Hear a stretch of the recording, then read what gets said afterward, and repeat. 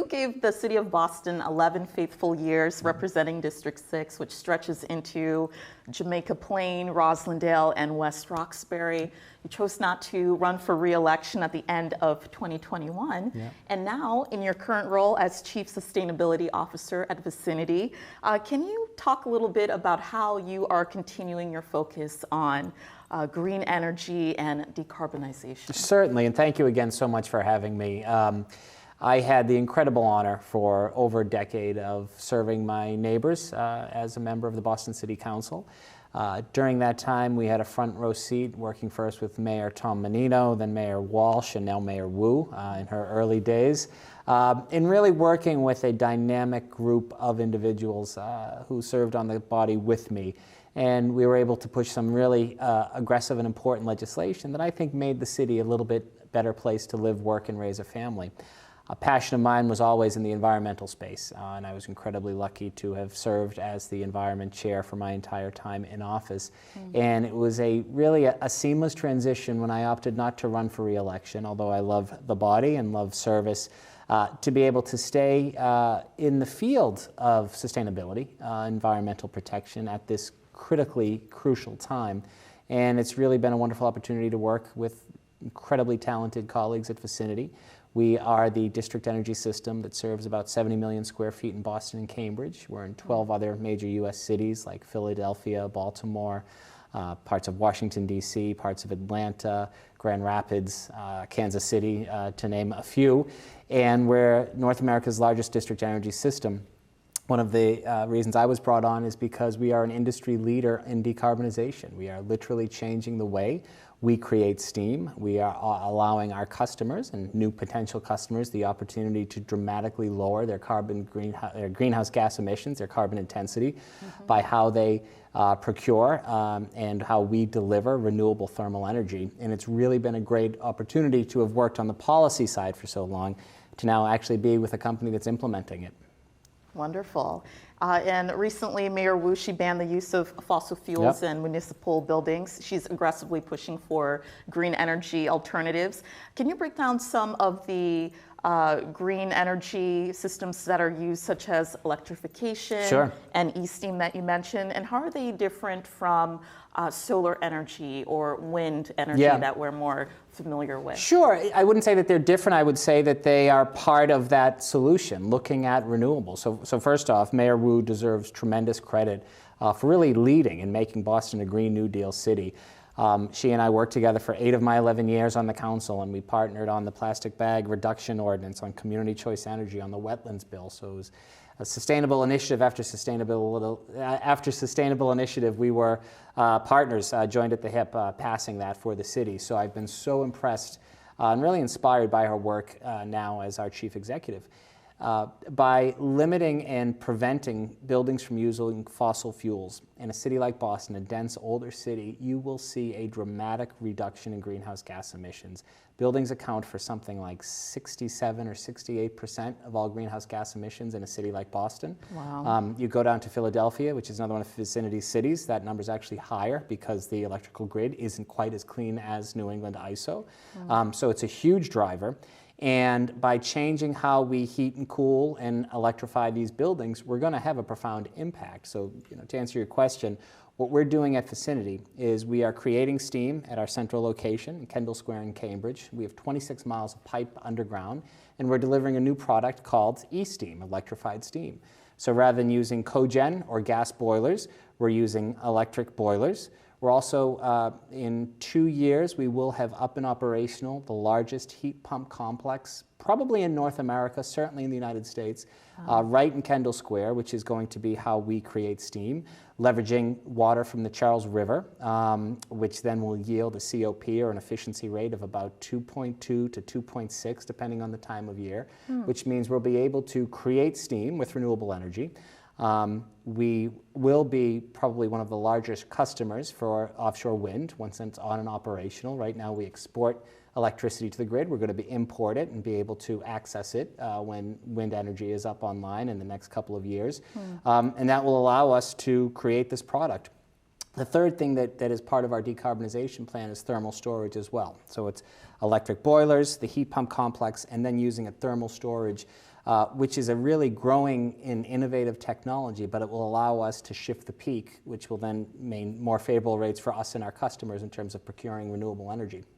So during your time on City Council, you also drafted the Building Energy Reduction and Disclosure Ordinance. We also know it as BERDO, that's right.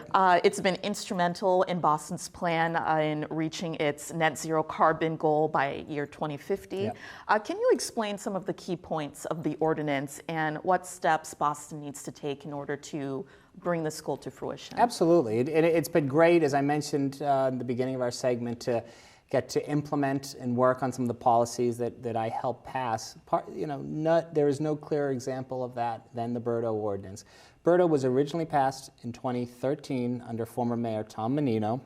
He chaired it. I happened to be the government operations chair, so it came through my committee. And it essentially benchmarked building energy and utility usage. And it was somewhat controversial back in the day. A lot of businesses thought this was proprietary information. They didn't want to share it. Well, a funny thing happened. It passed. It was voted on, not unanimously. It was a little tight. Mayor Menino signed it, and we saw huge adoption. And people started to realize that if they're going to actually start measuring and managing their energy use, water use, heating use, there's an opportunity for some real savings. It goes back to my point about making the economic case for sustainability.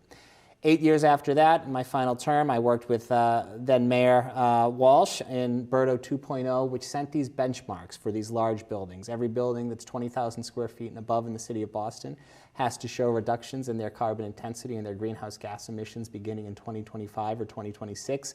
And from there, you're going to see in 5-year increments a reduction. A couple of aspects of our bill I think should be emulated elsewhere is one, it's building specific. We're not going to hold a hospital to the same standard as a self-storage facility, although both buildings would likely qualify. They're very different energy and utility usage. Right. And then the second is we created an equitable investment fund. So for every dollar of an alternative compliance payment that we collect from folks who might need it to get under a threshold, that's going to be capital that will be redeployed in community to make sure we can address decarbonizing affordable housing developments, have more EV charging capabilities, grow our tree canopy, invest in job workforce development and job placement. That's going to have a real impact on making Boston, to give Boston the ability to continue to lead as a sustainability city. And clearly it takes a lot of people, a lot of all of the village in order to make decarbonization possible. How can Boston businesses step up to meet this moment that we're in now? It's a great question. They need to be doing a lot more. What truly drew me to Vicinity is I had a meeting with Bill DeCroce, our CEO, and he mentioned this decarbonization plan and vision that he had. And we're not inventing the wheel here. What we are doing at Vicinity has been done all over leading sustainability cities in Europe, like Copenhagen, like Malmo, like Glasgow, Scotland, which are repurposing district energy systems, which are essentially fuel agnostic, and to meet this moment by using renewable energy to create thermal energy and to be able to support our customers. So it's looking to see what other businesses are doing, emulating the strategies that work, making some targeted investments now that will have huge benefits in the long term. Something as simple as incentivizing your employees with access to, paying for Charlie cards or bike share programs, encourage opportunities for new and innovative technology, working together and actually meeting these goals. It's very easy for a company to say, I'm going to decarbonize by 2050 and not do a darn thing about it between now and then. If you actually make some concrete commitments and agreements and actual work, that's going to be how we address this climate crisis. This is truly the existential threat to our time. Businesses have to step up and lead. I am so grateful to be working for a company that is leading internationally on how we can decarbonize. Every other business in Boston and beyond should be doing the same. That's how we're going to tackle this. And as we see more extreme weather events affect Boston due to climate change, what message would you like to leave residents in regard to their power in reversing the effects that we're seeing? It's a fabulous question. We are seeing weather events that were unimaginable. 2015, I believe it was, we had 108 inches of snow in the city of Boston. I mean, that was, many viewers remember, I certainly do. I was in office at the time. We had snow, I think, all but 3 or 4 days in the month of February. The following winter, we had 3 nor'easters in the month of March alone. We typically have 1 a year. We had 3 in 1 month. And it's showing that the climate crisis is real. There are few, thankfully, climate skeptics around. There are still some, but I think more and more people realize we no longer have to act on climate for our kids and grandkids. We have to act because we're seeing it in real time now.